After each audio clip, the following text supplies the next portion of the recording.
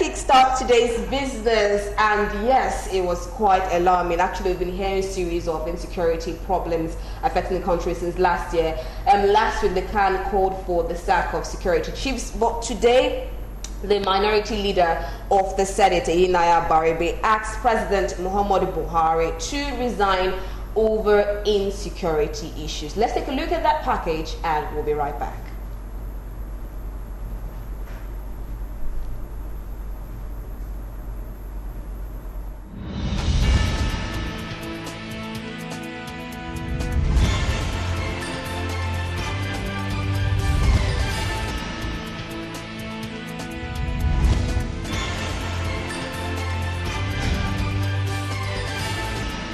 These are dark days in Nigeria in the face of the worsening insecurity in the country, a fact that has therefore prompted the Senate to now take action, laying it all bare during plenary. The various local, state and regional responses to these security challenges by the way of self-help initiatives such as the civilian JTF, Hizbah, Ensakai, Mbanga, and more recently Amotekun, are mainly expressions of people's desperation and disappointment with the failure of the state security architecture to protect them. And in his view, the Senate Minority Leader, Buhari, visibly disturbed, said the APC-led Nigerian government should now bow out for failing to prefer a solution. We elected the government of APC in 2015 and re-elected them in 2019. The reason why we re-elected them was that they continued to tell us that because they had the key to security, and the whole Nigeria voted them in 2015, and I agree with that. And I'm saying, Mr. President, when you want to deal with a matter, you go to the head. So we will go to the government and ask this government to resign because they can no longer do anything in this country. In the unfolding debate came the controversial subject of state police. Now we have state governments who want to create state police. These are the same state governments that are not able to pay salaries of workers today. If we create this state police, it will just be as, like we're back to the same Nigerian police force, if not even worse, on the one hand. Yes. Yes, state policing. If we want to go there, they should allow some states who are ready. Why are we always afraid to even jump into the water? Can you give me a minute? So why are we always afraid to go into the water, despite we don't even know how deep it is? Then a cross-section of the senators called for the replacement of the country's security chiefs, owing to their failure to address the situation. Nobody is safe. People kill for sport. And the other day when I said, when you see Nigerians resorting to self-help, you will understand the magnitude of this failure. Because it is a situation that everybody is now a rat race. Everybody should be covering himself now. When I read about the Amotokum concept, I did say, I support this because every region should plan how to protect itself. Why are the service chiefs? Why is the Inspector General still in office? Right. In a decent society, they're supposed to resign. Mr. President have done everything that need to be done. We want to thank the service chiefs. They've done well. They've contributed their own quota. But I believe it is time for them to go. The president needs fresh ideas. From 2012, 2019, the Nigerian military alone received over 4.5 trillion naira. This is a government budget budgeted by the National Assembly. Service-wide vote and other sorts of funding is not inclusive of these funds. So it's not all about funding. How do our military utilize this? Senate President Ahmed Lawan, moments later, rounded off the session after over 50 senators had made contributions. We should prepare our minds. It's not everything that we resolve on that is going to be operated, but we pray that whatever we resolve on is an issue, is a resolution that will bring solution. The executive may have their own opinion on the way forward, so there will be need for us to join and marry the two efforts that were made between us and them to ensure that the lives and properties of Nigerians are protected. The Senate therefore urged the federal government to declare a national security emergency, among other resolutions.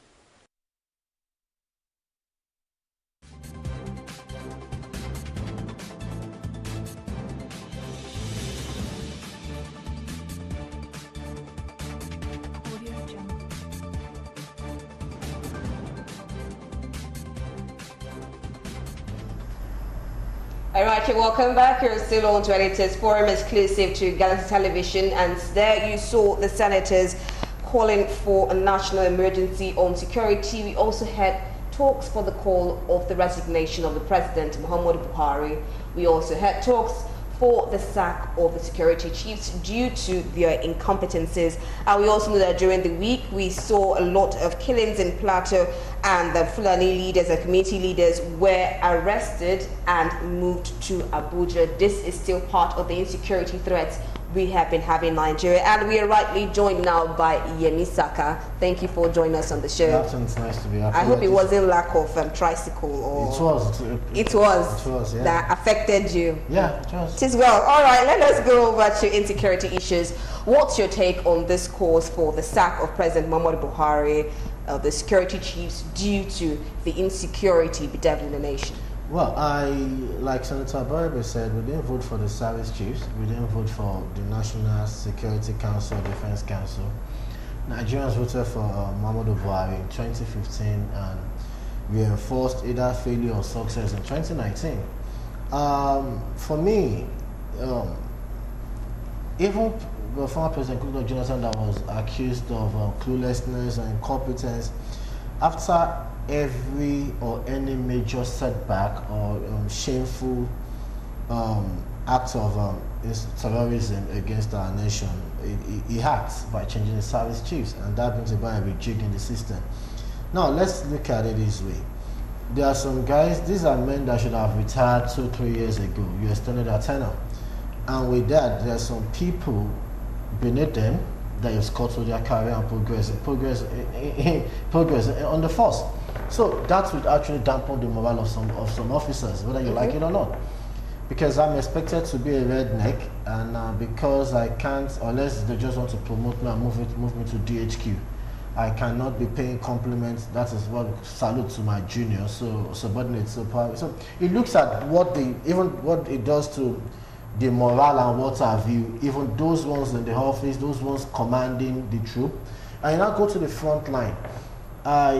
You see how there's something, sorry for my choice of word, there's a foolish program going on that is called radicalization, where the government release repentant Boko Haram fighters, and in some quarters it's alleged that those guys are even enlisted in our military or paramilitary. I'm not so sure of that, but it's an allegation. And you want to tell me, as a guy, as a soldier that has lost a colleague to these men, and you're releasing them? What happens to their widows? What happens? Are you telling their children to believe in? And most of these soldiers, their families are nowhere taken care of. They shout. The accusation was the arms probes deal was the money spent was meant to fund, equip the army, see to their welfare and what have you, but it was embezzled. But now we still hear the same cry of soldiers shouting and crying for more weapons and what have you. I will tell you, the most efficient fire gun anywhere in the rifle in the world is AK-47. But for some special reasons, you probably want to go for FN and what have you. And you now ask yourself, who is drafting the scope paper? The scope paper is that includes what you need from number of personnel to arms and what have you for the present operations going on. I don't know the sense or the intelligence in you saying you want to buy a Tucano jet, and you said there's urgency in need for it. That was why you disregarded constitutional provisions. Yeah. And the Tucano jets are not going to be delivered until 2022. I don't see the wisdom in that. The only thing I see in that is foolishness. Where you can as well have gone to Russia, and purchase a hind, when you could as well have gone to even the same America and get Apache that will do the job more than the Tucano. So you ask yourself the insincerity in this thing. Everybody just sees this thing as an enterprise. Let's just write what we don't need, or let's just buy something very big. The defense contractors will make money at the expense of Nigerians. Our sovereignty is being redefined. And I tell people we lie to ourselves. Yes, Jonathan was bad, we kicked him out. I was one of the people that campaigned vigorously against him. And these guys came on board and they started lying to Nigerians that Boko Haram has been technically defeated, have been degraded. Buhari went to Aso Rock, was brandishing a flag. Went towards the election, a former member, I don't know, maybe it was returned, because anytime anybody that speaks the truth now, his political career is exalted.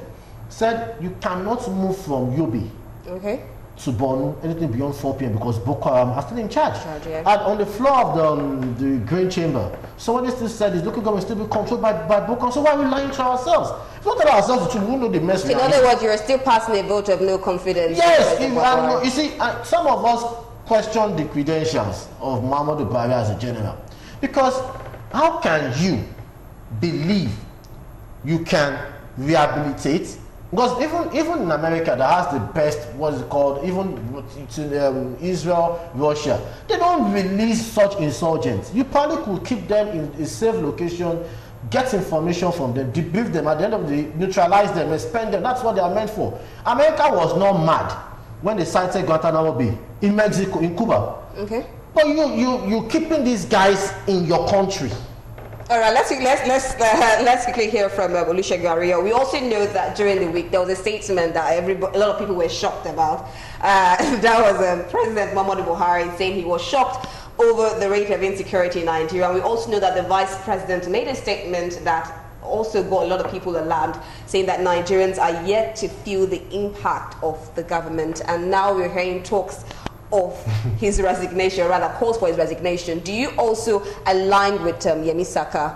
I want to differ a little bit because, first of all over the world, it is not new that called for resignation for president all over the world. Okay. It is not new. People, politicians, oppositions, they call for, president to leave, to resign if they perceive that government or the president not to be competent. But really, I would want us to have a sharp focus on exactly what is happening that is calling for the resignation of the president, and which is insecurity.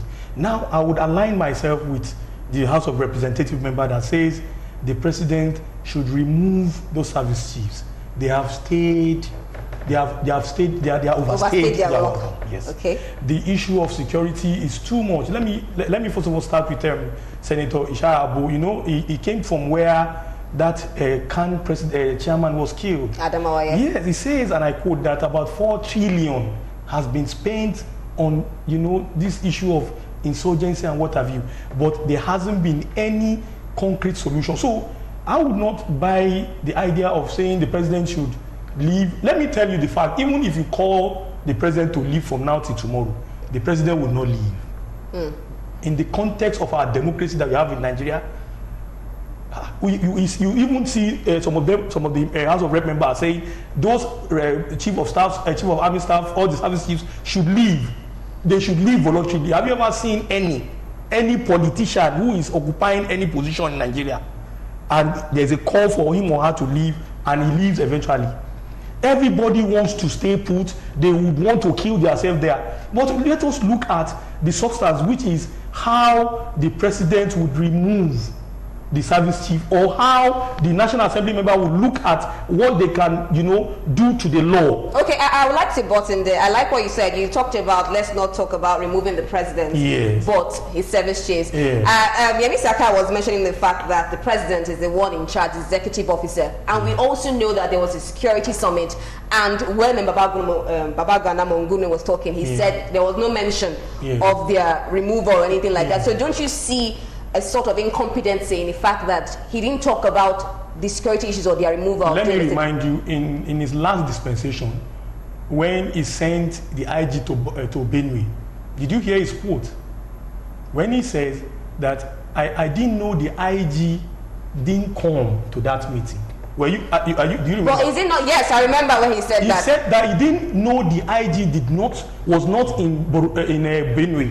Sorry to cut you. So, but all these things, I can give you many mention of, lapses, but yet the man still come back. So, are you getting my point? So I would not want us to begin to look at whether the president should leave or should not leave.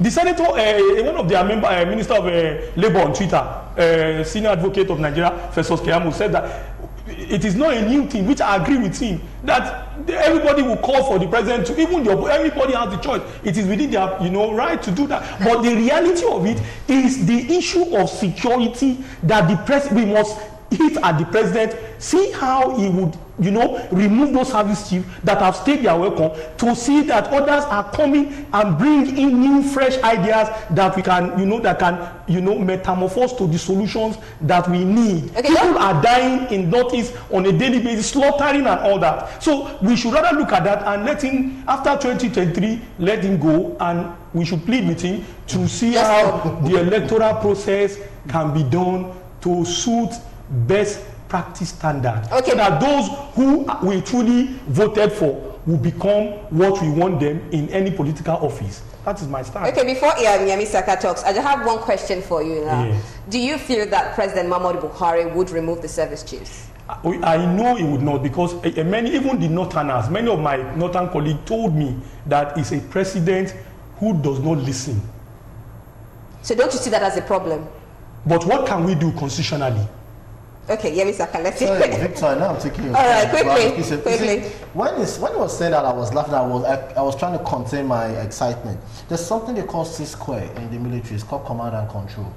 If as a commander-in-chief, I give one of my service chiefs a direct order and they flout it, and I cannot rein in on him or her, that tells me that I've lost something which is called command and control. And with that, I'm meant to resign my commission. And as a commander-in-chief, you see, okay, go on. As a commander-in-chief, if you exhibit that in a Maha form, massive, grand, you should just throw in the towel. It shows. You see, the service chiefs being there is an indictment or probably a reflection of judgmental error. Those guys did not appoint themselves. You're sticking with failure. You are rewarding failure. You are sustaining failure. I tell me that you're a superstar. You are calling a massive failure. Okay, Yemi Saka, we'll have to cut you there. Let's quickly hear from Victor Aya. He's talking about, Yemi Saka is based on the fact that the president has shown incompetences in some areas, but you are rather, Olusegun is rather on the opinion that there should be a removal of the service chiefs. Exactly. Victor Aya, where do you align with? Yes, if the people you are appointed to work with you have failed, and you don't see any need to remove them, you are a failure too. As we are working here, if you have not been presenting this program very well to the best practice and the standard of this organization, you would have been removed over the years. You would have removed that. Nobody will leave you here. So it is only incompetence in the highest level that we allow a leader that has appointed service chiefs for almost 5 years now, and on a daily basis you see people being slaughtered, and it does not deem it fit to change those people. There's no failure that is more than that. There is no incompetence that is more than that. And that was why we were saying that this man has nothing to offer. They branded us there that we are PDP members, that corruption was fighting back. Oh, look at the country now. Jonathan was removed because of insecurity, not because of corruption, because corruption can never be dealt with anywhere in the world. Corruption is a part of humanity. That was why God destroyed the world with water. Have we forgotten? As recorded by the holy books. It was because of corruption. So anybody coming on TV anywhere to say I want to fight corruption when he's living in corruption, he's deceiving himself. That is what we call hypocrisy in the highest level. You are swimming in corruption and you say you want to fight corruption. How do you fight corruption? So failure is a definition of this government. Because I heard some people say that he's building railway. Is he the first to build railway? Did he start it? Obasa just started the railway line for Kano. Yaradua continued with it. Jonathan continued with it. And he started, as he come in now, he continued with it. How come some people are attributing it to his effort? Government is a continuum. When one ends his tenure, the other one that comes in continue from where you end, when the other one ends. So why all the praises that he's building railway?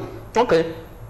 if you build railways all across the country, you build skyscrapers, you build companies, and the people you are building them for a big king, whom are you building those things for? No, ghost. So it's myopic for people to be talking. I don't even know, maybe because they have their lives, or maybe because they have not lost their loved ones.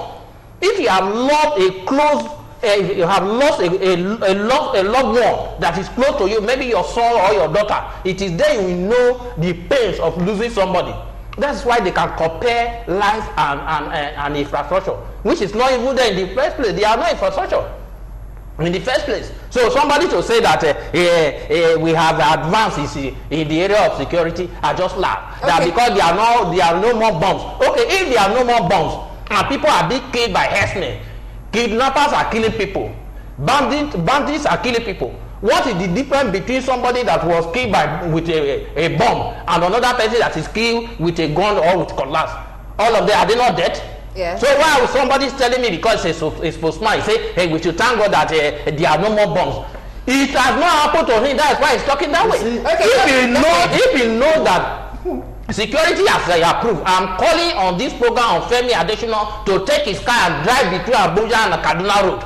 If he ensure that there's security in the country, let him even go with all the military, whether he will come back. Let him drive between Gomosho and Kwara and Kogi and come back. If he's watching me, that if he ensures himself that he believes in what he has just said, that the security is improved, Femi Adesina should take his car and drive between Abuja and Kaduna Road and challenging him if he's watching me. So he's a media person. I know that he have people watching all television programs. Let him come and take his car and drive between Abuja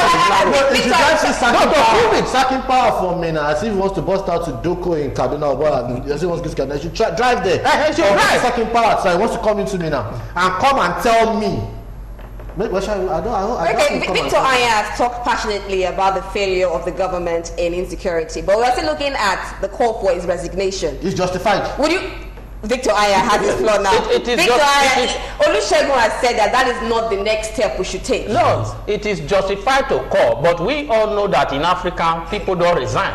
And especially in Nigeria, people don't resign. Even a councillor will not resign. So therefore, because making that call is just a waste of time. Because nobody will resign. Nobody will resign. Because politics and governance is the biggest business in Nigeria. We have 3 businesses in Nigeria. One is politics. Second one is religion. The third one is banditry or criminality. If you are very vehement in crime, you have AK-47, you can kill millions of people. Then it is government that will invite you. Please come, come, let us negotiate, and they will negotiate with you. That is the problem. My colleague was telling me that look at a man at the Green Chamber, brought out his 4 wives. And was boasting and saying that in the way he is a strong man at home, so he is in the National Assembly. Now, my colleague was telling me that a man who is not into business, who is not into anything that is fetching money, but is into politics, is that not a display of how rich, how the way the budget of National Assembly is being heated on their individual pocket? Is this not a display of what we see in the 150 billion naira that is being voted into National Assembly posts? And it is a business. So when do we want to remove, these are things I would want the president should really look at. You should look at how to bring in ordinary water into Aso Rock, how to bring local content into Aso Rock, how to allow people, those that are competent, to come and serve their fatherland. All right, I also understand where you're taking it from, but if you're saying that they will not resign, then what is the way forward out of it? The way forward is to wait until their tenure ends, because you cannot even initiate an impeachment. When we talk about impeachment now, you will see even people that protested in Abuja. Did you see counter protest that killed those people? So because of this issue of division between religion, ethnicity, state and region, all those things, that's why we are failing. Yeah. Because if you call for a resignation today, you will see multiple people from his area will say that leave it. Is it because my brother is there? When your brother was there, why did you call for resignation? Whether he's dying of hunger, whether he's not even wait for 4 years. Yes, well, that is it. For insecurity to continue to linger. So what are you going to want now? Somebody has called for his resignation now. Look at what his spokesman said. He used a derogatory word to describe it. Said that it's foolish. It's foolish, yes. Somebody who's a father using such a word, and somebody, the same person will say that we should not be using such derogatory word on people. He used foolishness to describe an elected senator of Federal Republic of Nigeria. He said he's just an appointed person that can be kicked out. But you cannot remove a senator. For Garba Shehu. You cannot remove a senator. That word is called okay. All right, yes, you're still looking shocked. Are you? No, well, for me, there is a way out. Okay, what's your way out? I'll tell you there's a way out. We have some experts now that we can draft in to draw up a new scope paper, draw up what we call CONOPS, Concept of Operations, and we can reject these whole things. Some of us have been profiling solutions and we'll still say it, and I'll keep saying it. There's a need for us to expand our military. That's the first thing we should do. Expand military. Expand the military, because this situation where you still go about an elitist enlistment into the army, where it's either through commissioning of officers or maybe OS, what they call other ranks, should be stopped. We need to expand the military. We need every hands on deck. We need to extend the age limit from 30 to 35. Not because we are stupid, but we're desperate because we need to solve these things. And I'll tell you how. Quickly, please. You need statisticians, you need mathematicians, you need psychologists, you need everybody to come on board. You need to have like people that will serve you on short-term basis. After this engagement, they go back to their civil life. You need some people that they have the option of taking up the military career. But bottom line, we need to expand the military. That is one. Two, we need to expand or improve the air capability of the army. All right. That is two. Three, we need to decentralize the CTU. The nonsensical CTU they have, that they drafted people from mobile police force and controlled by the NSS office, it cannot fight insurgency. The CTU has to be decentralized. That every state will have its own CTU command. And every CTU command we have is three things. The one, the sleeper cells that gathers information for you. The alpha team that goes in and does it's not everything that needs to bother the army with. If they do this and they call up to some people that we know, I'm not trying to give advice for anybody, we can still come up with something, draft a solution, and they should be sincere about it. Forget about the profits or the armed business. Let us first secure. You see, military defense industry is always large, it's always evolving. You will make your money. All right, thank you very much, Yemi Saka. He was based on the fact that we should expand our military and, of course, let the federal government be sincere.